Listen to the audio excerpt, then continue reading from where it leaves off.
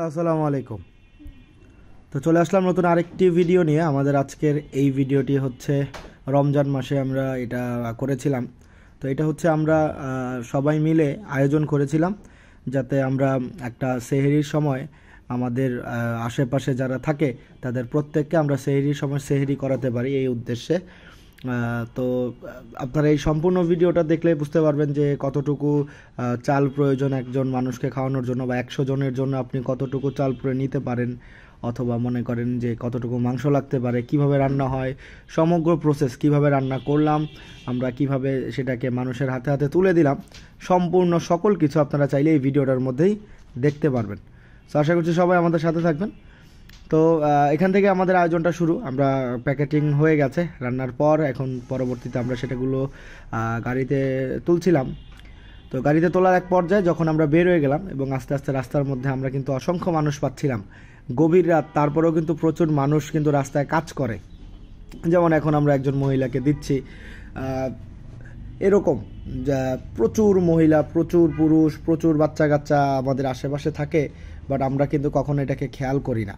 But যখন আপনি রাতের বেলায় বের হবেন রাস্তায়, তখন ঢাকা শহরের চিত্রটা থাকবে অন্যরকম। যেমন এই যে আপনারা দেখতে পাচ্ছেন এখানে বা ছোটো বাচ্চারা আছে, তাদের মা আছে, বা বিভিন্ন আমরা অসহায় ব্যক্তিদের বলতে পারি যে যাদের থাকার জায়গা নেই, তারা আসলে রাস্তার পাশেই ঘুমাবে, এটাই স্বাভাবিক। এবং এদের আসলে থাকার যদি কোনো ব্যবস্থা থাকতো তাহলে হয়তো তারা রাস্তার পাশে থাকতো না। তো এরকম করে আমরা একে একে আমরা সবাই মিলে যারা যারা আয়োজন করেছে প্রত্যেকে আমরা এখানে আছি।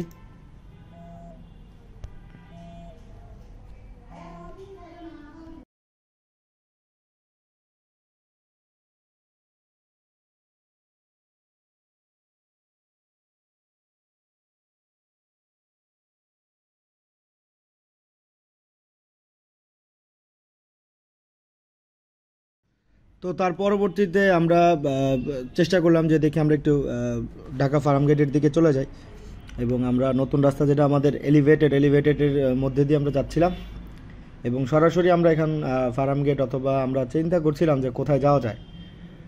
তো পরবর্তীতে আমরা নিউ মার্কেটের দিকে চলে যাই, এবং তারপর আমরা ঢাকা টিএসসির দিকে যাচ্ছিলাম, যে সেখানেও রাতের বেলা প্রচুর মানুষ থাকে। যেমন আপনারা দেখতে পাচ্ছেন এখানে রাস্তার পাশে কিন্তু প্রচুর মানুষ, অহরহ মানুষ এখানে থাকে।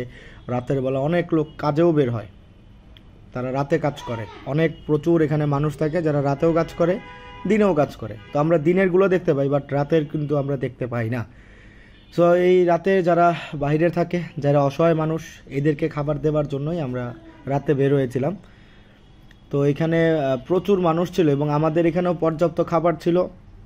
আমরা প্রায় 200 জনের আয়োজন করি, এবং এখান থেকে দেখতে পাচ্ছেন যে এক এক করে আমরা প্রচুর খাবার দেওয়ার পরেও প্রচুর এখানে রয়ে গেছে। সো এক এক করে যতজন ছিল, শিশু থেকে শুরু করে বৃদ্ধ থেকে শুরু করে যারা ছিল, পাশে যারা কাজ করছিল, রিক্সাওয়ালা ছিল, প্রত্যেককে আমরা চেষ্টা করেছি আমাদের পক্ষ থেকে দেওয়ার জন্য। এবং আস্তে আস্তে যখন আমরা ঢাকা ইউনিভার্সিটির দিকে চলে যাই, তো সেখানে আমরা জানি যে ঢাকা টিএসসির দিকে কিন্তু সেখানে রাতের বেলাও প্রচুর মানুষ থাকে, দিনের মতোই একটা আমেজ থাকে, মানুষজন আড্ডা দেয়। তো সেখানেও আমরা যারা যারা বলতে পারেন যে ইফতারি বাহিরে করার আয়োজনও করে অনেকে, তো আমরা তাদেরকেও দিয়েছিলাম। এবং প্রচুর মানুষ, ভিক্ষুক থেকে শুরু করে প্রচুর মানুষ টিএসসির দিকে যারা যাবেন, যখন আপনারা যদি কেউ যেয়ে থাকেন তাহলেই দেখতে পাবেন। তো আমাদের আয়োজন ছিল মূলত এটা, যে আমরা যারা আছি আমাদের সকলের পক্ষ থেকে আমরা যাতে আমাদের নিজ নিজ জায়গা থেকে বলতে পারেন প্রতিটা ব্যক্তিকেই আমরা দেওয়ার চেষ্টা করেছি যারা আমার সামনে পড়েছে।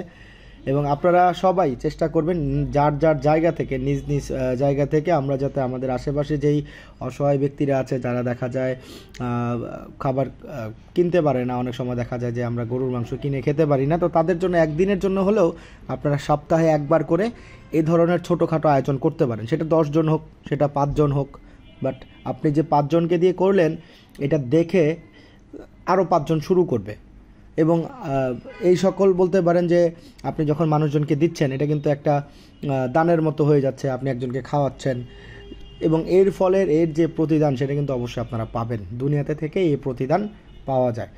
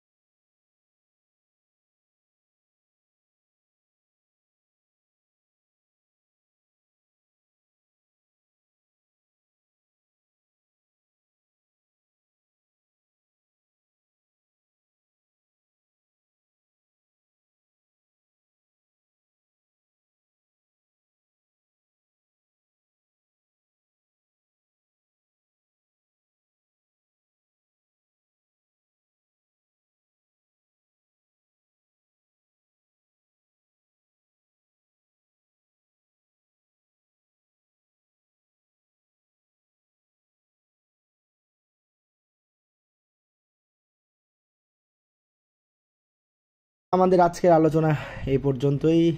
আমাদের সাথে থাকার জন্য আপনাদের সবাইকে ধন্যবাদ। সবাই আমাদের জন্য দোয়া করবেন। আসসালামু আলাইকুম।